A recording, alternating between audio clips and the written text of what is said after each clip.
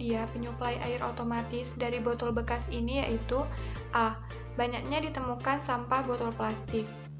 Dapat kita lihat di pasar, mal, maupun di restoran banyak ditemukan sampah botol plastik yang dibuang begitu saja, sehingga dapat menyebabkan pencemaran lingkungan. Contohnya, di pasar tradisional Karangploso banyak ditemukan sampah botol plastik. Sebagai seorang mahasiswa, solusi yang dapat diambil adalah dengan memanfaatkan sampah botol plastik sebagai tempat atau media pembenihan tanaman. B. Kurangnya ketersediaan lahan. Tidak sedikit dari kita memiliki lahan rumah yang kurang luas untuk menanam tanaman seperti sayuran sebagai kebutuhan sehari-hari.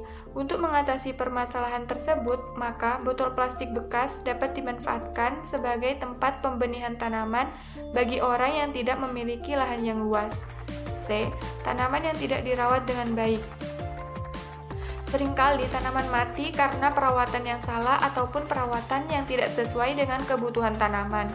Salah satu yang sangat dibutuhkan oleh tanaman adalah air. Tanaman akan tumbuh dengan baik apabila tercukupi kebutuhan airnya. Apabila tanaman kekurangan atau kelebihan air, maka ia dapat mati. Seringkali, kegiatan ibu rumah tangga yang sangat padat dapat melupakan salah satu kegiatan yaitu merawat tanaman.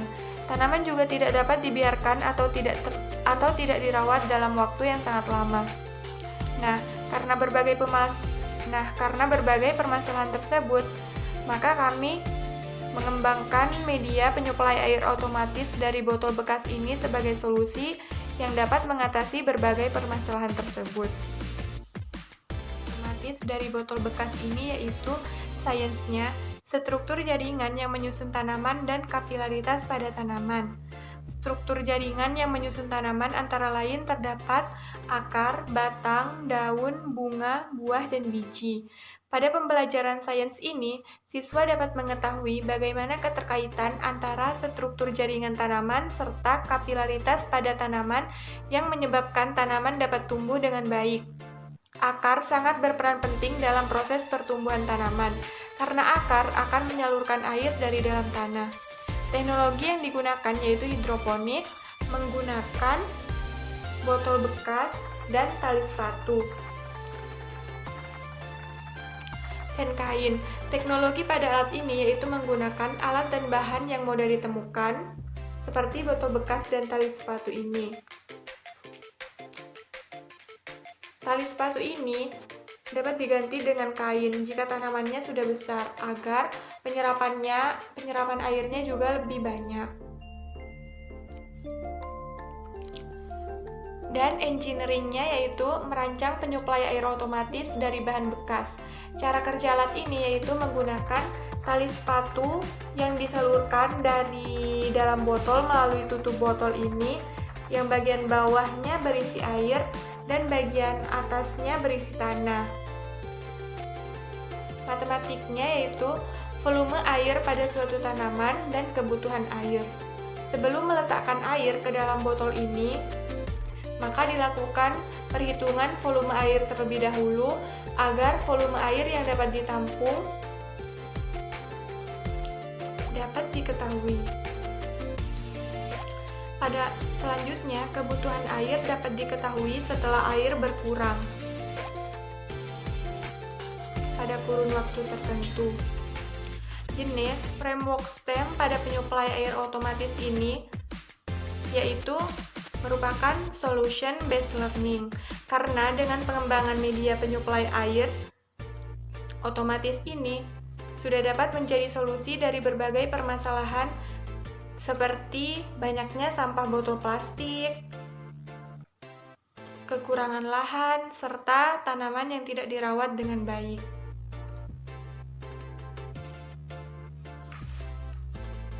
Inovasi dari teknik hidroponik ini adalah sistem WIC, yang mana kita memanfaatkan bahan yang telah terbuang seperti botol bekas yang kita gunakan sebagai wadah penanaman. Sistem WIC merupakan sistem hidroponik yang memanfaatkan sumbu untuk menarik nutrisi.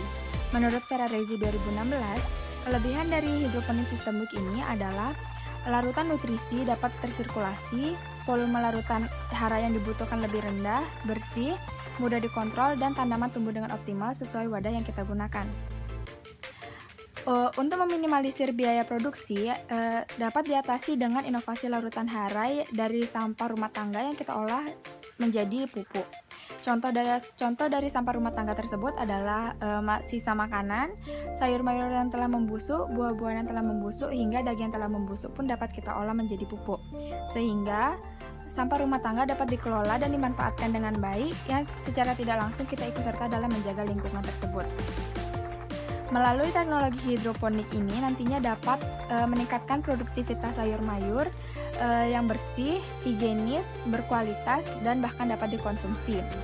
Sehingga sayur mayur ini dapat diproduksi secara massal dan untuk memenuhi kebutuhan pasar, sehingga dapat meningkatkan pendapatan masyarakat. Alat penyuplai air otomatis ini terbuat dari bahan-bahan bekas seperti botol plastik dan tali sepatu.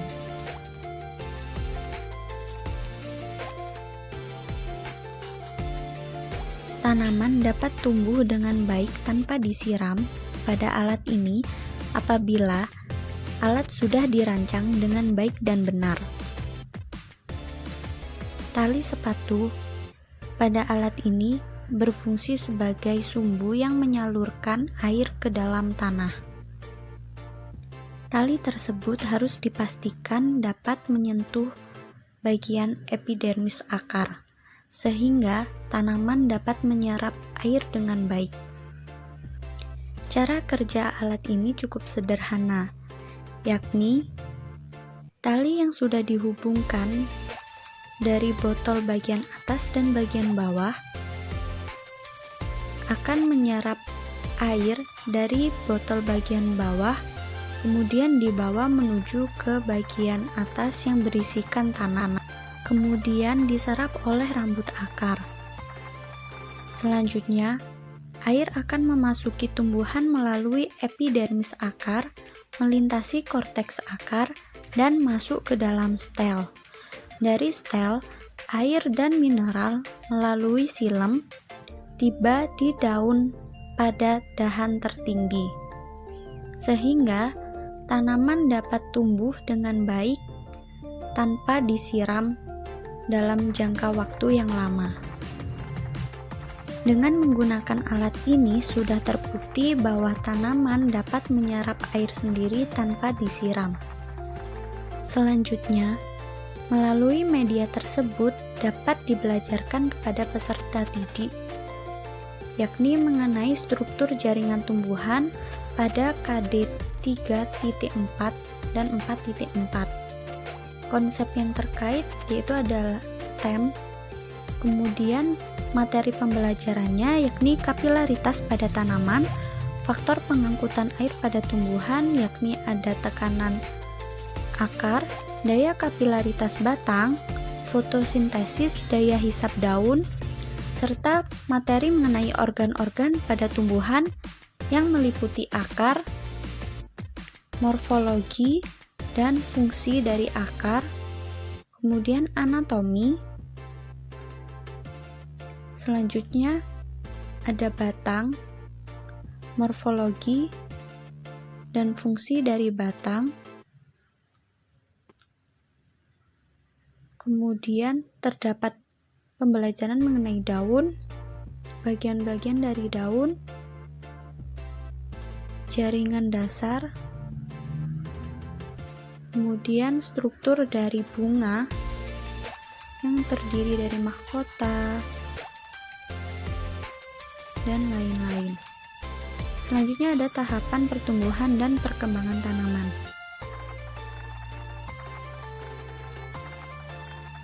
Pada bahan ajar ini juga dicantumkan alat dan bahan serta percobaan yang telah dilakukan pada alat.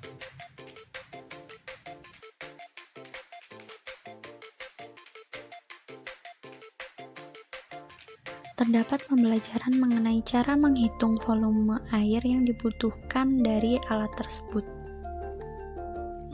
Selanjutnya adalah lembar kerja peserta didik mengenai struktur jaringan tumbuhan. Terdapat petunjuk, kemudian landasan teori mengenai ringkasan materi, kemudian ada tujuan, alat dan bahan, dan juga cara kerja pembuatan media. Selanjutnya, siswa diarahkan untuk melakukan tugas proyek secara berkelompok untuk membuat media tersebut, dan ada jadwal penyelesaian proyek serta lembar pengamatan, yakni ada alat 1 dan alat 2. Untuk alat 2 ini, medianya bisa diganti seperti tali sepatu, air, ataupun tanah bisa diganti dengan media yang lain untuk meningkatkan inovasi pada siswa. Kemudian terdapat pertanyaan-pertanyaan seperti struktur akar, daun, bagian-bagian bunga, dan pertanyaan mengenai media tersebut.